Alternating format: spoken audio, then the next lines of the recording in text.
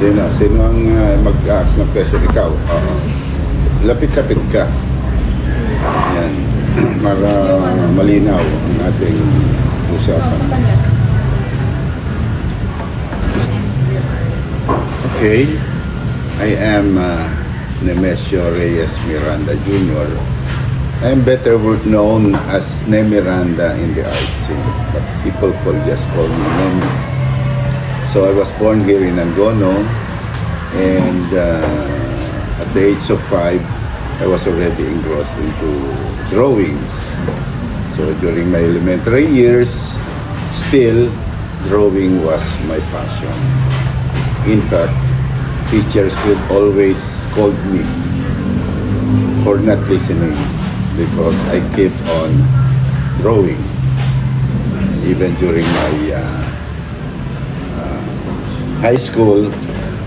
Ganon. I was an average student because hindi ako masyadong interesado sa mga academics. Talagang my passion is 100% into art.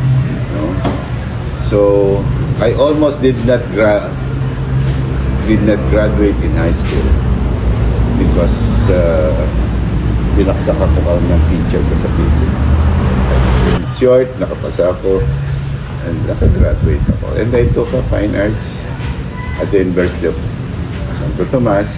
I took up fine arts major in painting. Konti lang kumukuha ng major in painting. Mostly advertising or interior design.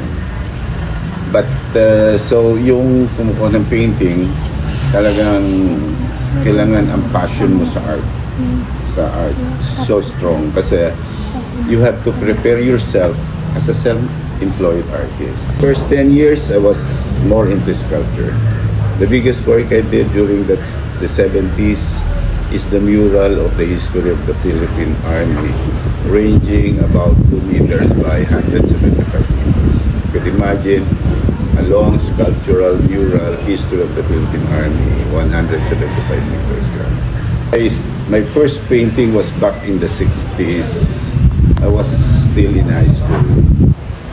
I have a neighbor who is an apprentice of Botong Francisco. And yung mga excess canvas ni Botong, tsaka excess mga yung mga brushes, pinamimigay na ni Botong sa kanyang mga assistants. So ito naman mga assistants na ito, hindi naman talaga sila yung nagpipinta, hindi yung tususan lang doon sa loob ng studio. Exchange, makakapanood sila at bibigyan sila ng tip, natututo sila. So naging parang mentor nila si Botong informally. Kapitbahay ko. So every time nauwi ako ng bahay galing sa klase, sa high school, akit na ako sa bahay niya. Nanonood ako sa kanya how to paint. Although siya is self-taught artist, pinapanood. And one day, sabi niya, gusto mo magpinta? Sabi ko, hindi ko ako nakaka-test ng oil on canvas. Mga ginagawa ko lang watercolor on paper. Then I started. So my first painting was a copy from the work of Botong. Yung next question ay there's some of your portrays the traditional life of the Filipino. So what makes you really those artists? You know, artists paint, sabi nga, God has created man in His image. And therefore, we are, sabi nga, all of us are born artists.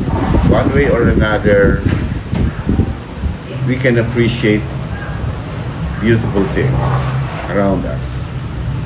You're already an artist. Because ang mga hayop, mga ibon, all living things in this world, they see things that they do not appreciate. Halimbawa, sabi nga natin, ang hayop, tumitingnan sa paligid, nakikita ng paligid. Hindi nila alam yung maganda at pangit. Wala silang damdamin doon sa good and bad. But as human being, when God said, I will create you, man, in my image. So therefore, part of us is an artist. Artist tayo. Appreciate natin ang ganda at pangit. Pag sa as human, as artists, we are always influenced by the things we see around us. God creates from nothing to something. We create from something to something.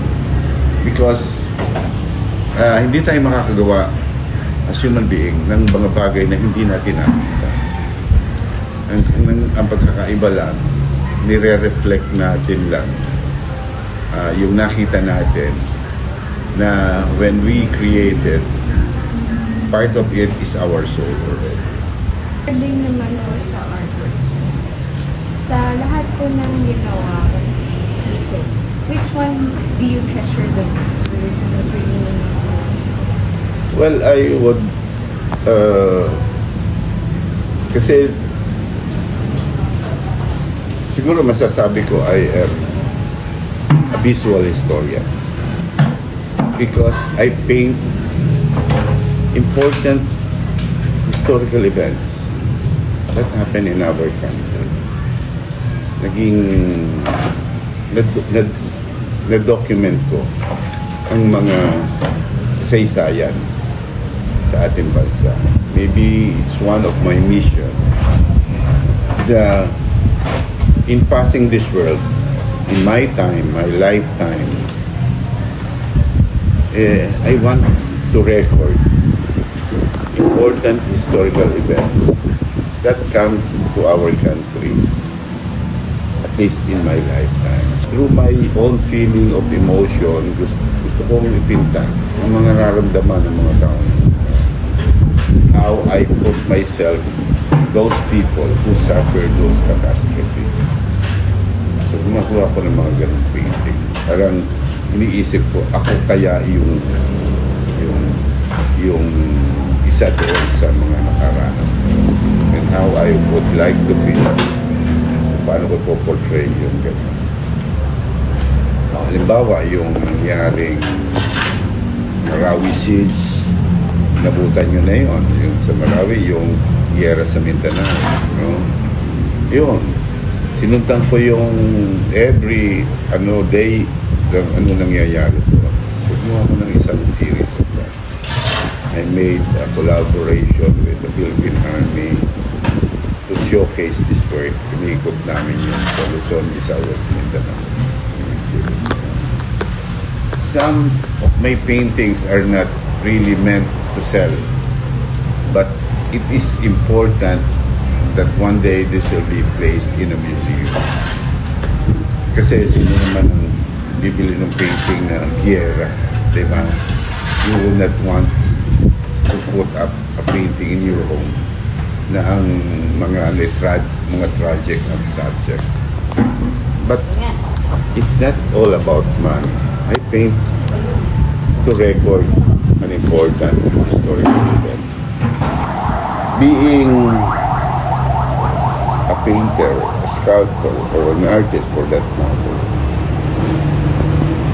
is actually, I don't say this is a profession, because sometimes it's difficult to survive in the arts.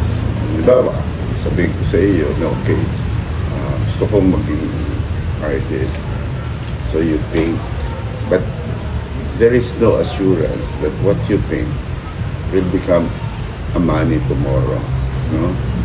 So, hindi katulad noong being employed, every 2 weeks meron kang salary, every month meron kang tatanggapin salary, and that will secure your family. When I was young, my father would say, gawin mo na lang hobby ang pagdodrawing, art mo, not a profession. Kasi there is no assurance that you will make it. So, what will happen to your family kung hindi naman mo na ibebenta ang iyong trabaho? Lalo na kung ikaw bago pa lang nagsisimula. No? But then, in my heart, in my soul, talagang very strong yung aking passion. Sabi ko sa father ko, I want to take up my life. And even if you do not want me to take up my life, kung di man lang ako gagasusan, I will still be an artist. I will do parang self-study. Mag-aaral ako on my own. And still, this is what I want to become. The strong passion for the art to succeed. Okay, thank you so much po.